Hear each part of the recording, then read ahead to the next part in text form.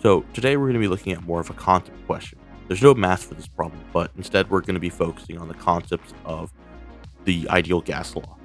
Figure 3, the insulated cylinder problem. A cylinder with a frictionless piston contains an ideal gas. The cylinder is placed in an insulating jacket and small masses are added. The students are asked whether the pressure, temperature, and volume of the gas will increase, decrease, or remain the same. They are asked to explain their reasoning.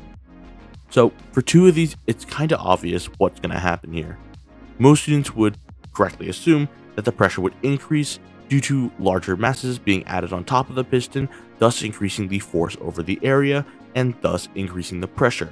And as a result, the volume would decrease since we have a frictionless piston, thus the piston would push down more and therefore the volume would decrease as a result. So this difference in volume and pressure makes sense according to the ideal gas law. Since P and V are inversely proportional to each other, if P goes up, V must come down to make it equal. However, what most students incorrectly assume is that temperature has no part in this, that temperature will remain constant.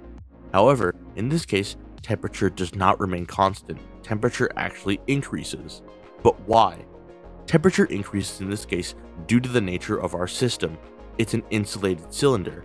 This insulated cylinder means that ideally energy will not be able to escape the cylinder or the system, meaning that all this energy that's building up would eventually increase the temperature.